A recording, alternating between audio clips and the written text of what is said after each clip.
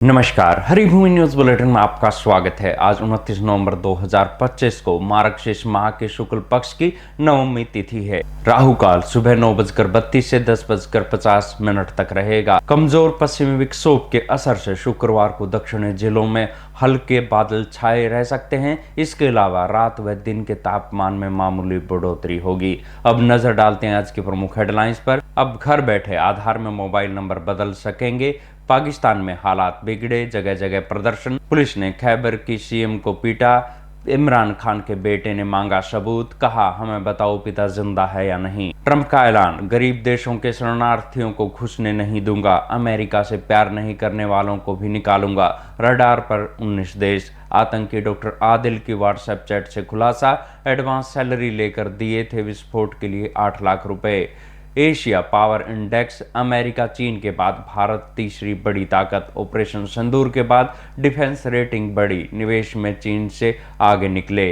रूसी राष्ट्रपति Vladimir Putin 4 दिसंबर को भारत आ सकते हैं। अब खबरें विस्तार से। श्री गुरु तेग बहादुर साहिब के 350वें शहीदी दिवस को समर्पित पंजाब सरकार की श्रद्धा और सत्कार से भरपूर पहल। पंजाब के 23 जिलों में गुरु साहिब के जीवन और बलिदान को दर्शाते light and sound show. Srinagar, Gurdaspur, Faridkot और तख्त श्री दमदमा साहिब, तलवंडी साबो से अनंतपुर साहिब तक 4 महान नगर कीर्तन तथा 23, 24 और 25 नवम्बर को अनंतपुर साहिब में होने वाले भव्य समागमों में मुख्यमंत्री सरदार भगवंत सिंह जी मान की ओर से सभी को नतमस्तक होने का हार्दिक अनुरोध। आइए अपनी अटूट श्रद्धा और सत्कार के साथ इन समागमों का हिस्सा बने। घर बैठे आधार में मोबाइल नंबर बदल सकेंगे। ऐप पर ओटीपी और फेस ऑथेंटिकेशन से अपडेट होगा। किसी डॉक्यूमेंट की ज़रूरत नहीं। शुरुआत करते हैं अच्छी खबर से। अब आधार कार्ड में मोबाइल फ़ोन नंबर बदलने के लिए आधार सेंटर जाने की ज़रूरत नहीं है, न ही कहीं लाइन में लगना होगा। जल्द ही आप घर बैठे आधार कार्ड में रजिस्टर्ड मोबाइल नंबर बदल सकेंगे। आधार को रेगुलेट करने वाली संस्था unique authentication authority of India ने नई डिजिटल सर्विस की घोषणा की है। इसके जरिए यूजर्स आधार ऐप पर ओटीपी वेरिफिकेशन और फेस ऑथेंटिकेशन से अपना मोबाइल नंबर अपडेट कर सकेंगे। इस सर्विस से दूरदराज इलाकों में रहने वाले लोग और सीनियर सिटीजन को आसानी होगी। UIDAI के मुताबिक मोबाइल अपडेट करने की प्रोसेस काफ़ी सिंपल रखा गया है। इसके लिए कोई डॉक्यूमेंट या डिजिटल विजिट की ज़रूरत नहीं है। पूरी प्रोसेस कुछ मिनटों में हो जाएगी। सबसे पहले यूजर्स को आधार ऐप डाउनलोड करना होगा। यहाँ यूजर्स को अपना आधार नंबर और नया मोबाइल नंबर डालना होगा। ओटीपी वेरिफिकेशन होगा जो पुराने और नए नंबर पर भेजा जाएगा। इसके बाद स्मार्टफोन कैमरे से फेस ऑथेंटिकेशन पूरा करना होगा। और पुराना हो जाए या खो जाए तो कई समस्याएं हो सकती हैं। अभी तक इसे अपडेट करने के लिए एनरोलमेंट सेंटर जाना पड़ता था, जहां बायोमेट्रिक वेरिफिकेशन और लंबी कतार का झंझट होता था, लेकिन अब UIDAI डिजिटल तरीके से इसे आसान बनाने जा रहा है।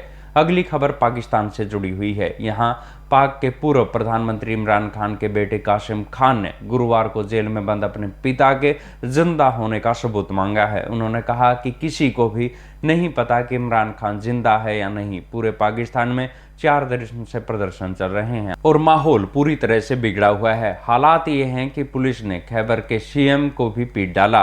कासिम ने एक्स पर लिखा कि उनके पिता को 845 दिन पहले गिरफ्तार किया गया था। पिछले 6 हफ्तों से उन्हें अकेले में डेथ सेल में रखा गया है। न तो किसी को उनसे मिलने दिया गया है, न ही कोई फ़ोन कॉल या मैसेज दिया गया है। दरअसल इमरान खान की मौत को लेकर सोशल मीडिया पर अफवाह तेज हो गई है। इमरान अगस्त 2023 में रावलपिंडी की अड़ियाल जेल में बंद है। कुछ मीडिया रिपोर्ट्स में दावा किया जा रहा है कि उनकी तबीयत ठीक नहीं है। पिछले 3 हफ्तों से इमरान खान की बहनें उनसे मिलने की कोशिश कर रही है, लेकिन जेल प्रशासन इसकी अनुमति नहीं दे रहा है। वहीं तनाव बढ़ने के बाद जेल प्रशासन ने कहा कि इमरान खान की तबीयत बिल्कुल ठीक है, लेकिन पाकिस्तान के हालात बिगड़ने लगे हैं। अब बात करते हैं अमेरिका की। अपने चौंकाने वाले फैसलों के लिए मशहूर अमेरिका के राष्ट्रपति डोनाल्ड ट्रंप ने एक बार फिर बड़ा निर्णय ले डाला है। इस बार ट्रंप ने कहा है कि वो थर्ड वर्ल्ड कंट्रीज से आने वाले शरणार्थियों को हमेशा के लिए रोक देंगे।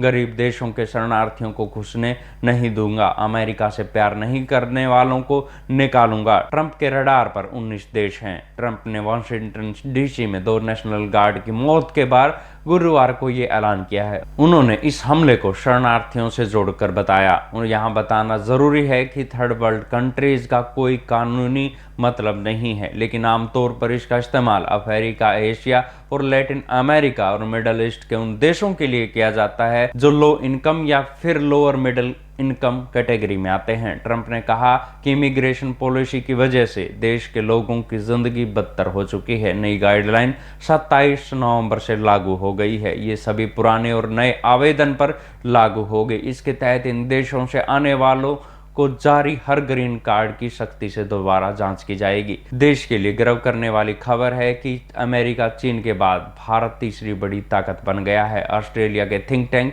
लोवी इंस्टीट्यूट ने बताया कि भारत अब एशिया पावर इंडेक्स 2025 में दुनिया की तीसरी सबसे बड़ी ताकत बन गया है। रैंकिंग में अमेरिका पहले और चीन दूसरे नंबर पर है।